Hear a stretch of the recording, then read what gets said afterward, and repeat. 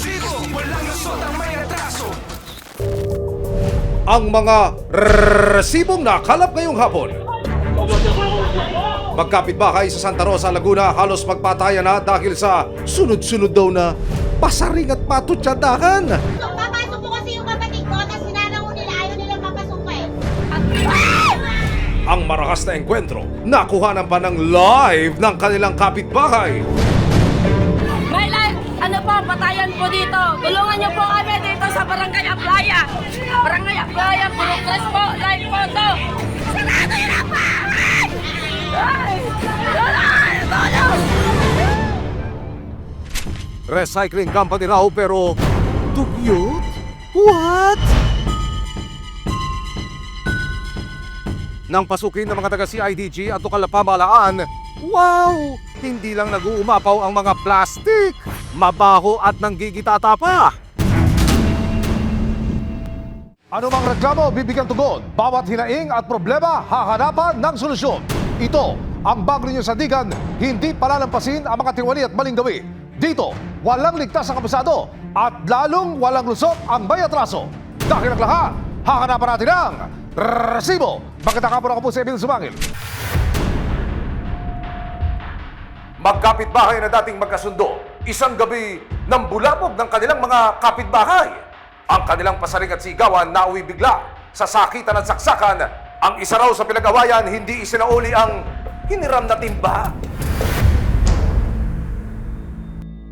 Ang tahimik at mahimbing na tulog ng magkakapitbahay sa Barangay Aplaya sa Santa Rosa, Laguna.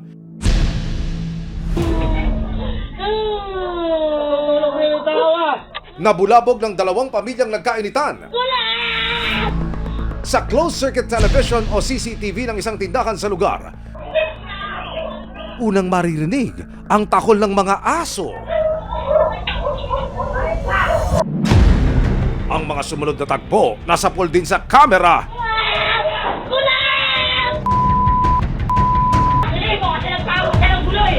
Ilang saglit pa, may isa pang lalaking kumuha naman ng isang malaking bato.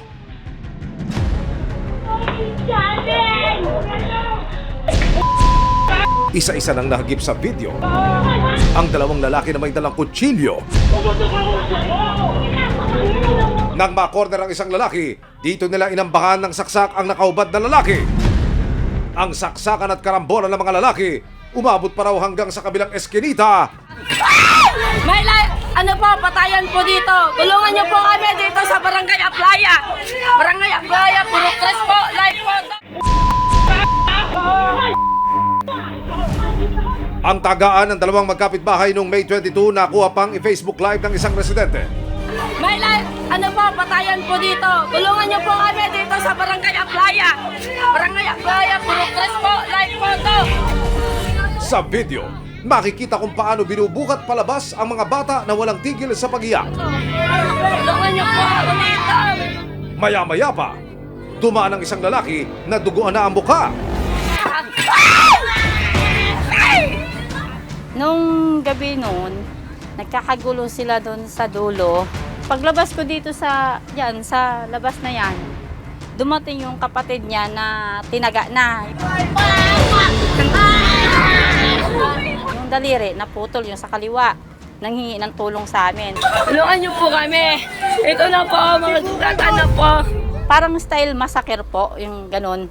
Yun lang po ang nakikita ko at saka yun lang din ang naranasan ko nung gabi noon, no? At saka na-live ko rin po.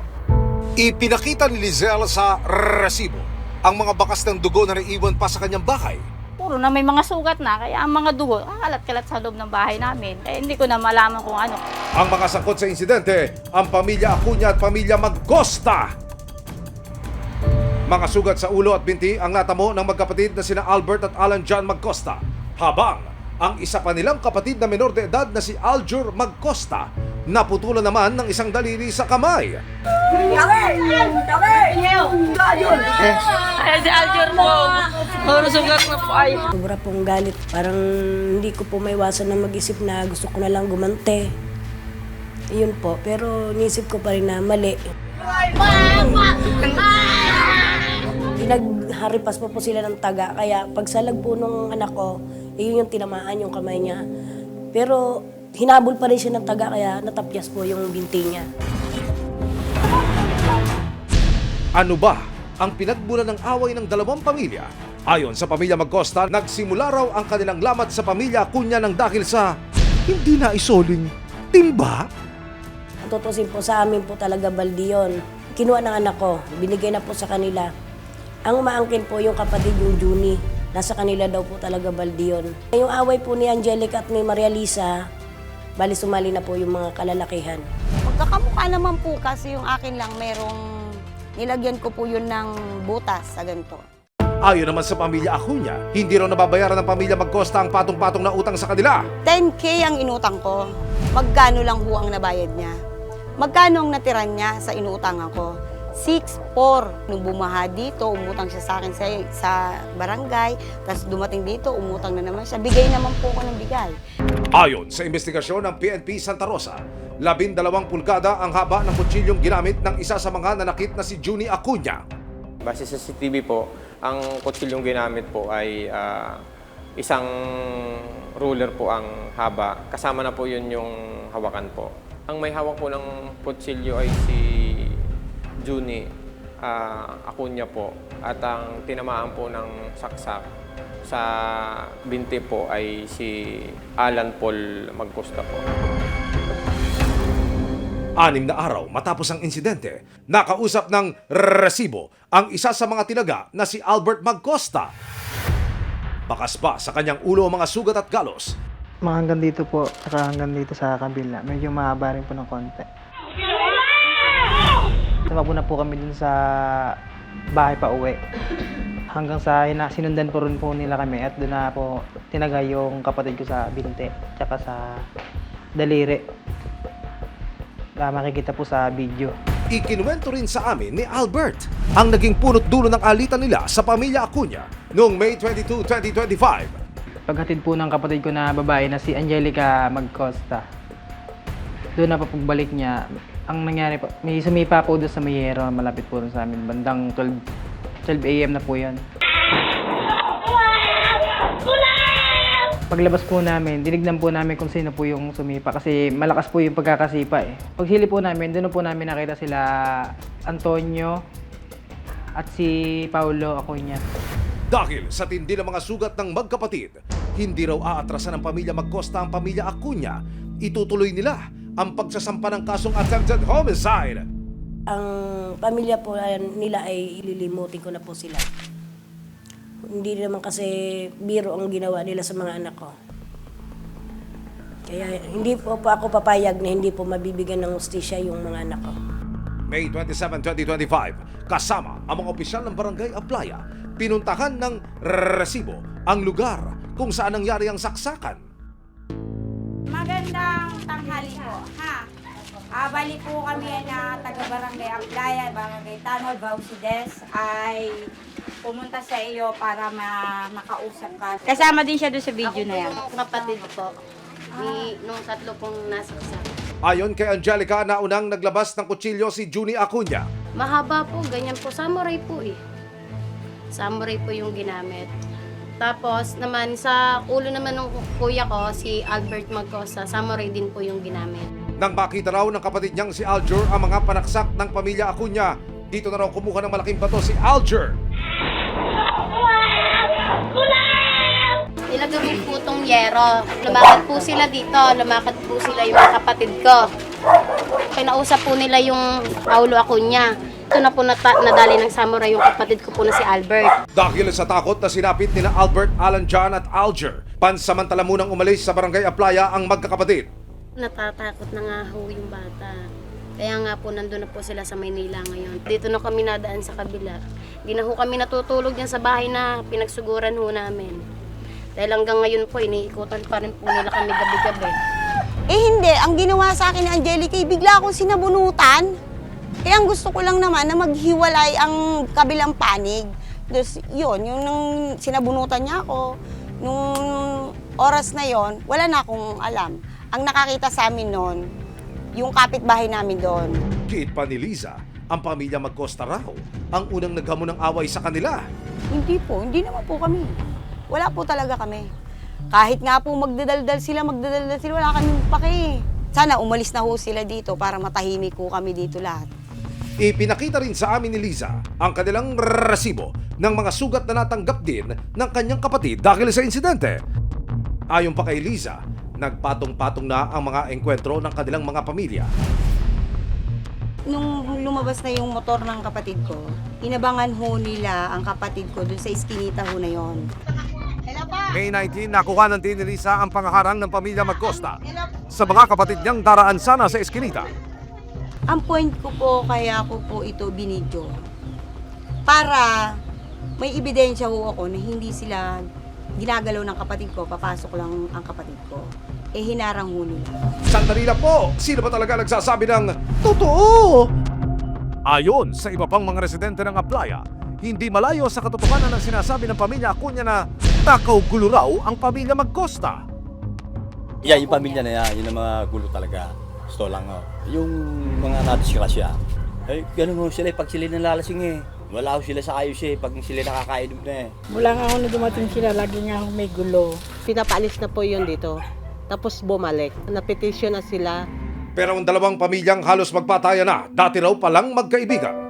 Parang ano na po kami nun, parang magkakapatid na po kasi parang pagka may pagkain, magbibigayan po kami, bibigayan ng ulam, palitan ng ulam, pagka meron, pagka wala, may lalapitan. Pag may isang pupunta sa ospital, sasamahan mo namin. Malapit yan sa akin, dito yan sa akin Kasi nung baby pa ang anak niya, kami pa ang nagpagatas sa anak niya. Yung panganay ko, sa kanya ako nakuha ng panggatas ng anak niya kasi baby pa, wala yung nanay niya. Sa bahay siya tumira. Pero para sa pamilya Magcosta, wala na raw friends sa nangyaring ito, ika nga, solian na ng kandila! Patayan po dito. Dahil sa enkwentro, sinampakan na ni Albert ng kasong attempted homicide sina Junior at Paulo Acuña. At yun po naman, ma'am, inaantay din namin na gumaling para makapagsampa na rin po yung iba pong pamilya ng Magcosta po para maayos po yung kanilang sasampa ng demanda laban po sa pamilya po ng Acuña. Nito lamang May 29, 2025 matapos ang madugong engkwentro, magkakarap muli sa barangay ang pamilya Acuña at Magcosta. Pero dahil hindi nakarating sa itinakdang oras ang ipinatawag na sina Angelica at ang inang si Salvacion Magcosta, nagdesisyon ang mga opisyal ng barangay Aplaya na iurong ang harapan sa darating na June 4, 2025. Sa huli, nagdesisyon ang dalawang pamilya na ang kanilang mainit na pagtatalo idaan na sa legal na proseso. Itutuloy pa rin ng pamilya Magcosta ang kaso laban sa mga Acuña na attempted homicide, habang ang pamilya Acuña naman ilalaban daw na makapagsampa ng kasong physical injuries laban sa pamilya Magcosta.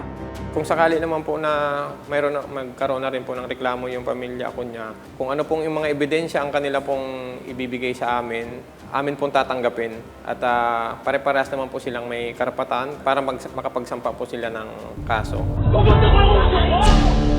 Kung minsan talaga, ang malalaking away, nag-uugat lang sa maliliit na bagay. Kaya kung kakayanin pa namang malutas ang problema, huwag lang pairali ng init ang ulo at idaan na lang sa mabuti at maayos na usapan.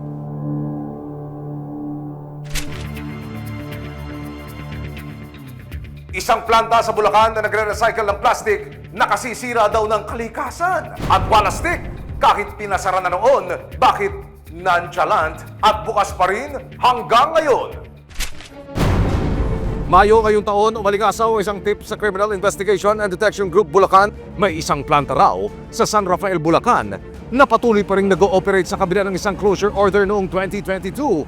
Kaya nito lamang May 26, 2025, kasama ang resibo, kumilos na ang Bulacan Environment and Natural Resource Office o BENRO, kasama ang CIDG Bulacan para pasukin ang planta. Nang pasukin ng warehouse, naabutan ng grupo na patuloy pa rin sa pag-aayos ng mga plastik ang mga tauhan sa pag-iikot ng BENRO at CIDG. Lumitaw ang hubad na katotohanan. Alam niyo ba na may closure order na? Opo. Bakit nag-ooperate pa rin kayo? Hindi, dartilan po to. Wala pa rin po, pinatigil na po kayo nakaan. Kung tinapos lang po namin, ma'am, linisin na namin lahat. Pero nag-ooperate pa rin na? Opo, kasi... Pinaubos niya po sa yung plastic para Tapos na po. Sa pag-iikot pa ng resibo, kasama ang CIDG Bulacan at Benro, nadat na namin ang santambak na plastik na nakababad sa kulay burak na tubig. Ang mga plastik, namumutik-tik sa langaw at maruming tubig sa nagsisilbing washing area. Tingnan po natin, oh. Napakadudugyot po talaga. Napakalangaw po, oh. Saka makikita po natin, sobrang dumi talaga. Ito na po yung pinaka, nila, ay raw materials na nililinis nila. Tapos, ang sabi nung, upon interview namin sa kanila, sinusupply nila to sa may gawing angkat. So, walang specific pa eh. Habang nag-i-inspect ang Benro, napansin din nilang barado at walang maayos na daluyan ng tubig. Wala rin silang nakitang proper disposal ng kanilang water waste at septic tank. Kaya ang tubig na may halong kemikal at kung ano-ano pa, dumadaloy na lang palabas ng planta. Ayan po, maaari sir na galing yan dun sa pinaghugasan nila. Direct discharge nga po yan, dire-diretso dun eh. Wala silang maayos na septic. May nakapaskil din na mga signage sa planta na "Let's keep our environment clean" at "Bawal magkalat." Pero parang hindi niya naman yata sinusunod, mga ma'am sir. Maya-maya pa, dumating ang nagpakilalang may-ari ng planta at sinabing may barangay permit naman daw sila. Kayo po ay may kaukulang mga dokumento dito sa amin. Sa alin po? Sa dito po sa business. Recycling. Meron po kami ma'am na barangay permit na kita po ni Bento po yun. May closure po ba? May closer. Sir, meron po ba o wala? Ayon sa mga dokumentong nakuha ng resibo, taong 2022 pa nang huling magparehistro ang kumpanya bilang isang recycling company. Ayon sa barangay, wala rin silang kahit anong permit. Hindi ba sabi naman ng aming kapitan na hindi naman niya binigyan ng ng permit. Sir, hinuhuli ka namin ikaw ay may karapatang manahimik o magsawalang kibo. Ano man lang yung sabihin, maaaring gamitin pabor o laban sa'yo sa anumang hukuman dito sa Pilipinas. Naunawaan niyo po ba yun? Opo, sir.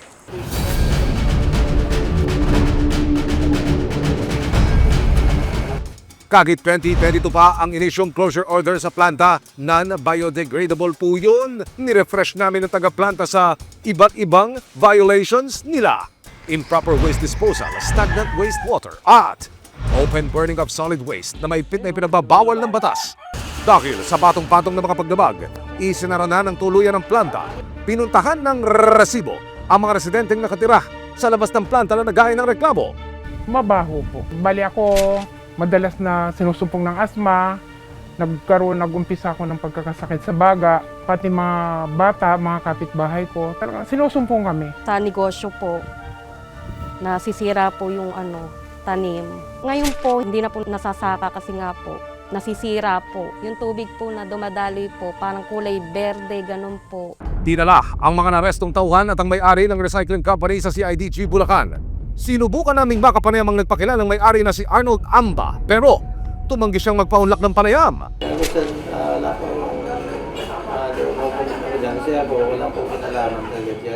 Pansamantalang na-detain ang may-ari at iba pang empleyado sa CIDG Bulacan. Nakaharap sina Arnold sa kasong paglabag sa RA 9003 o Ecological Solid Waste Management Act of 2000. Anumang makasasama sa kalikasan, pagtagal, hindi malayong makasasama rin sa ating kalusugan. Kaya anumang abuso o kapabayaan, kailangang may managot at kailangan ding maaksyonan.